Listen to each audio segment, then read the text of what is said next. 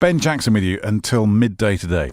Now, first off this morning, pacemakers, contraceptive implants, all little chips of one description or another that go inside the body and do stuff. Well, what about if you could have a chip that could store medical information, perhaps? Perhaps you're allergic to something in it and it would just have all that information that could be downloaded. Maybe unlock your doors at home, start your car, website links, that kind of thing. Well, it's known as biohacking. Jenova Rain has been doing these kind of implants in Leicester for 5 years, and she joins us now. I have to say, I think you're in Spain at the moment, though. That's correct, Ben. I hope the weather's slightly nicer than it is today. It's horrible here. Oh, no, yeah, it's nice and sunny today. Sorry about that. Yeah, well. Talk me through these chips, then. What are they? What do they look like? How big are they? So these, we've got a few different ones. There's about 5 different types. The most common one is a teeny tiny chip. It's a bioglass chip. It's about the size of a grain of rice, so it really is quite small. And once it's in the back of your hand, you'll hardly even notice it's there. It's really tiny. And what does it do? Most of those applications at the minute are sort of more novelty-based, I would say. As you mentioned, you can store some information on there, very, very small amounts of information. So, for example, you could put a digital business card on there in the form of a V card. So if somebody else touched their phone to the back of your hand, they would get your contact details saved straight to their phone. That's quite cool, actually. That is quite cool. Yeah, it's good. And I know that the technology would enable you, for example, to use the same kind of information in a key fob to get access to your car, for example. Correct. Yes, it is the same technology. Yeah.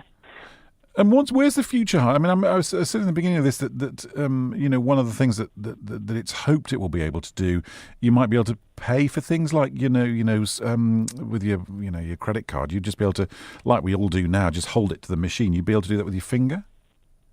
That's it. Yeah, because RFID and also NFC technology is the same technology we have in our phones right now. So some people have started doing that. You'll see people tapping their phone to the payment devices. It's the same technology, it's the same type of chip. So we're hoping next year to be beta testing a series of chips that will start to be able to do that.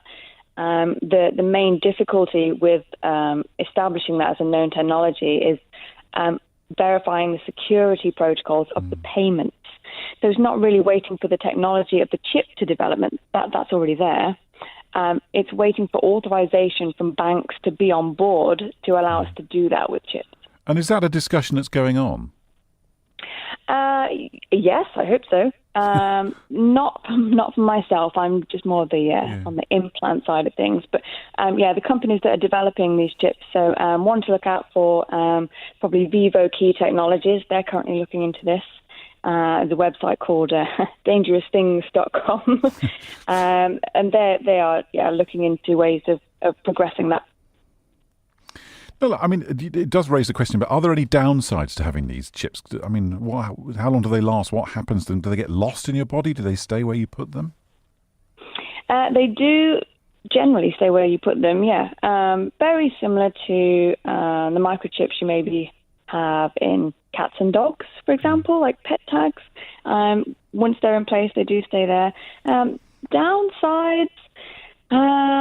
I suppose if you mess around with it enough in terms of sort of programming and things you tried to put on there, there is a risk of you getting sort of just locked out of it, and it would just be sort of a dead chip, I suppose, if you were messing around with it too much. Same way you could brick your phone if you were trying to mess around with the firmware too much. But in terms of the durability of the chip, as I say, there's some that are made of bioglass. You're actually more likely to break your hand in an accident before you break the chip, so they're pretty resilient. And how do you program them once they're in? Can you reprogram? What happens? So there are actually 2 different types of chips. So you've got low frequency and high frequency. I won't go into too much detail about that, but that is on my website. So low frequency is static, so they are pre-programmed and therefore not rewritable. And that's mostly for door access.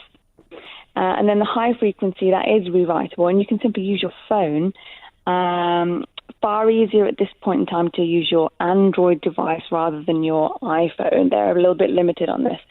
But yeah, you can use your app. So you hold your phone to the back of your hand. The NFC hardware recognizes the chip in the vicinity. It will come up with some information about what type of chip it is and what information you can put on there. I mean, it all sounds quite kind of science fiction, doesn't it? But as we were talking about on the breakfast show earlier on, that it's pretty. Well, I'm not sure it's commonplace, but certainly in places like Sweden, where it's the equivalent of an Oyster card, and you can put it in your finger. And I don't know how many people have taken up, but that is an option for people. I mean, do you see in 10 years' time everybody having one of these? Yeah, I mean, it's been around for quite a long time now. In fact, I think there's a guy I know that's had his in for about 10 years. So this isn't really new technology we're talking about, but it's only just now starting to become mainstream. Like you say, certainly in Sweden and Germany. Yeah, I'd say maybe not everyone, but let's say about 10 years from now, maybe half. Yeah, about half the population would be finding use for these, for sure. And who's having them implanted now? Who's your sort of typical customer?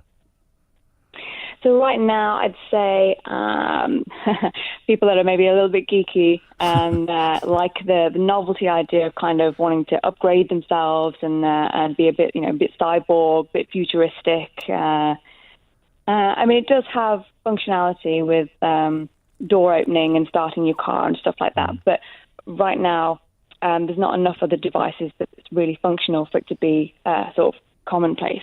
I think most people are waiting for that payment capability. Have you got one? I actually haven't. I get asked this all the time.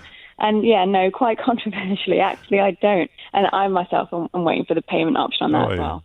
So it's one of those things, I wait for it to be useful. Exactly. Like, I don't have a car, so I don't drive. And if I wanted it for my door locks, I'm currently renting, so I'd have to, rip out my landlord's door locks, and I'm not sure he'd appreciate that. So. I'm sure he wouldn't. Jenova, it's great to talk to you. Thanks ever so much. Enjoy the rest of the Spanish sun. Thank you so much, Ben. Take care. Thank you. Bye. It's intriguing. That's. I guess if you'd said to people, I don't know, when did credit cards and stuff come out? 60s, 70s, whatever. If you said to people, yeah, you'll have all your details on a little plastic card and you'll be able to pay with it, they were like, yeah, whatever. We'll just stick to cash, thanks, and see where that's ended up. I do think it's fascinating. I don't think I'd have it done until it was useful, but I can sort of see the thing that if you could pay and it was just in your finger or whatever and you couldn't see it or feel it, then kind of why not? I don't know. I might have some thoughts on that. I've been intrigued to talk about it. I really find it utterly fascinating. 0808 100 1049. It's 20 minutes past 9. This is Rita.